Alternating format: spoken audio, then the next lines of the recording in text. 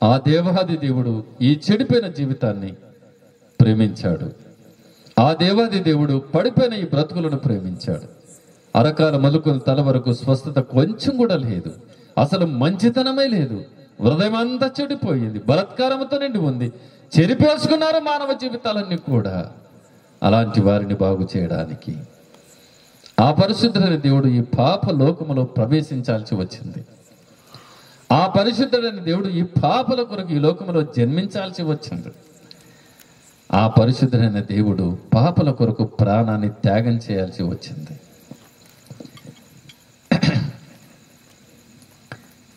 యేసు ప్రభు యొక్క రక్తముతో పాపపు జీవితాలు కడిగి వేసుకోవాలని, యేసు ప్రభు యొక్క రక్తముతో తమ జీవితాలు పచ్చిపుండ్లన్నీ కడిగేసుకోవాలని, ఎరుపైనటువంటి జీవితాలు కూడా తెలుపు కావాలని, పడిపోయిన జీవితాలు పవిత్రపరచబడాలని, నశించిపోయిన వారందరూ రక్షించబడాలని, చీకట్లో ఉన్న వారందరూ కూడా వెలుగులోనికి రావాలని, అంధకార సంబంధమైన అధికారంలో ఉన్న వారందరూ కూడా మహిమలో ప్రవేశించాలని ఆ ప్రభువు ఈ లోకానికి వచ్చి మన నిమిత్తము ప్రాణత్యాగాన్ని చేశాడు. ఆయన ఆ పరిశుద్ధుడైన దేవుడు నిన్ను ప్రేమించటం ఎంత అద్భుతం. నిన్ను నన్ను ప్రేమించి ఆ కలువరి శిలువలో ప్రాణము పెట్టడం ఎంత అద్భుతం.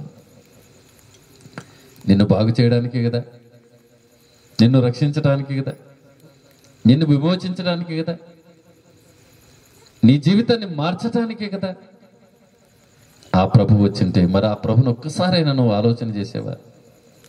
ఆయనను ఒకసారైనా నీ జీవితానికి తీసుకున్నావా?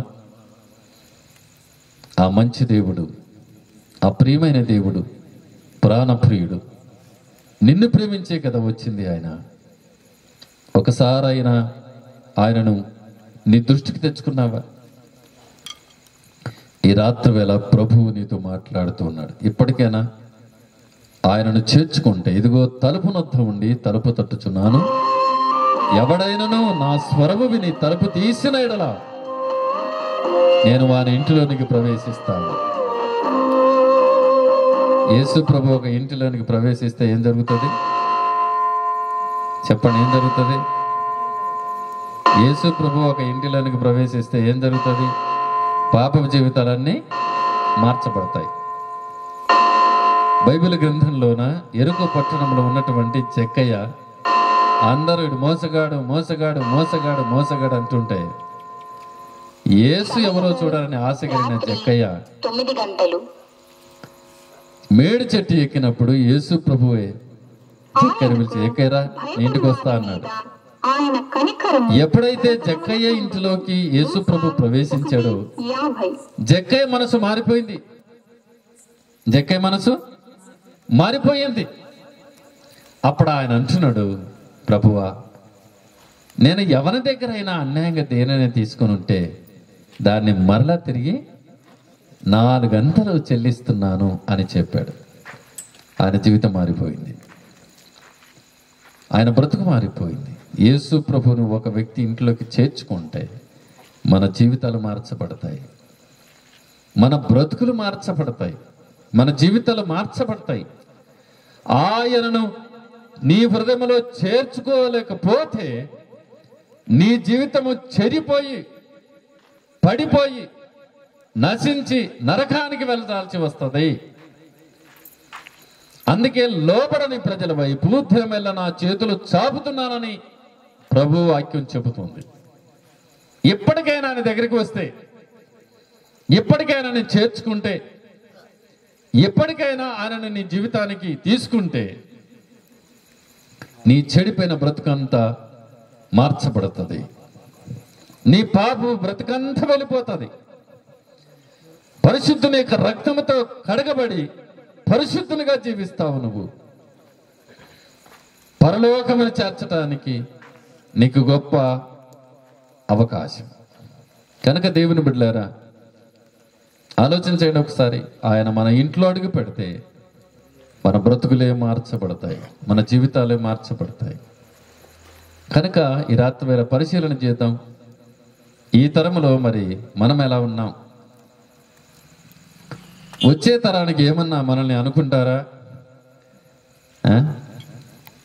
అన్న చాలా మంచోడు, ఎంత మంచి వ్యక్తో, చక్కగా ప్రార్థన చేసేవాడు, చక్కగా పాటలు పాడేవాడు, అందరినీ కలుపుకొని ప్రేమతో ఉండేవాడు అని అనుకునేటట్లు బతుకుతావా?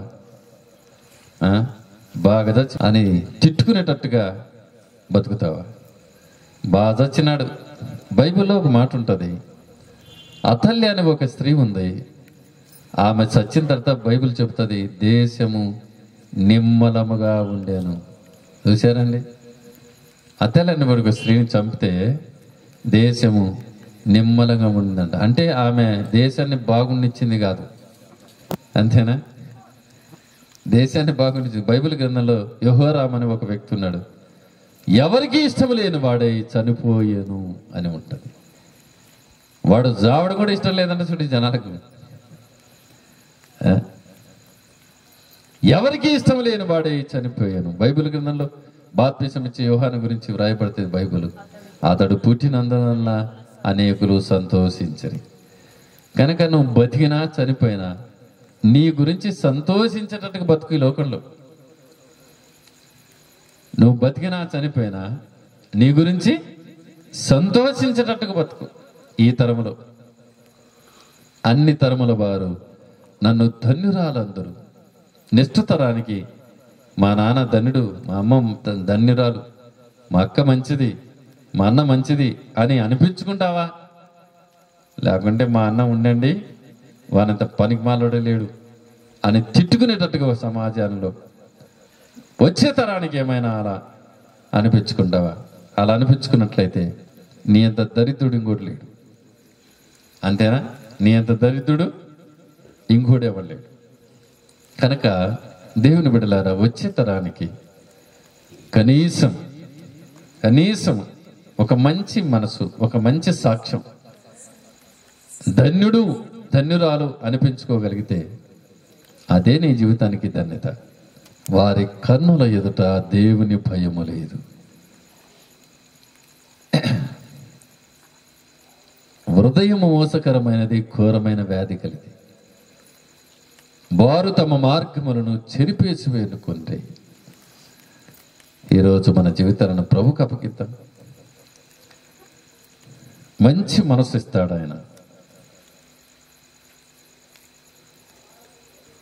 మంచి హృదయాన్ని ఇస్తాడు, నూతనమైన మనసు, నూతనమైన హృదయాన్ని, నూతన జీవితాన్ని, ఒక మంచి జీవితాన్ని ఆయన మనకు ప్రసాదిస్తాడు.